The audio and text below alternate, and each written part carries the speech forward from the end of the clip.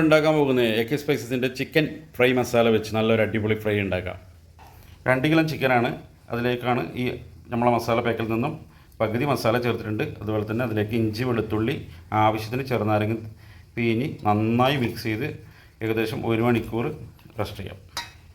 ഈ മസാലയുടെ കൂടെ വേറെന്തും ചേർക്കേണ്ട ആവശ്യമില്ല. ഇതിൻ്റെ ബാക്കിൽ കൊടുത്തിട്ടുണ്ട് എങ്ങനെ ഉണ്ടാക്കണമെന്ന്. നല്ല നാടൻ തേങ്ങ എണ്ണയാണ്. ചിക്കൻ ഏകദേശം 1 മണിക്കൂറിലും വെള്ളമായി നന്നായി മസാല പിടിച്ചിട്ടുണ്ട്.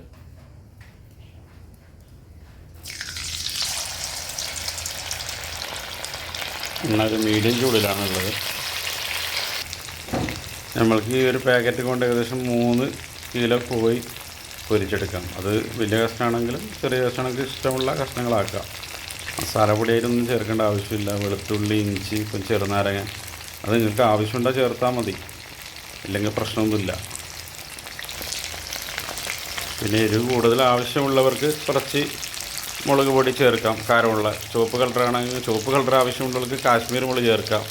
പിന്നെ ഇതിലേക്ക് തന്നെ നിങ്ങൾക്ക് വേണമെങ്കിൽ ഒരു മുട്ട ചേർക്കാം, കോട്ടിങ് കൂടുതൽ ആവശ്യമുണ്ടെങ്കിൽ. അത് അവരവരുടെ ഇഷ്ടമാണ്. കോഴി നന്നായി കുറച്ച് കടക്കാവും. നിങ്ങളിഷ്ടം പോലെ എങ്ങനെ വേണമെങ്കിലും ചെയ്യാം. കുറച്ച് കറിവേപ്പില,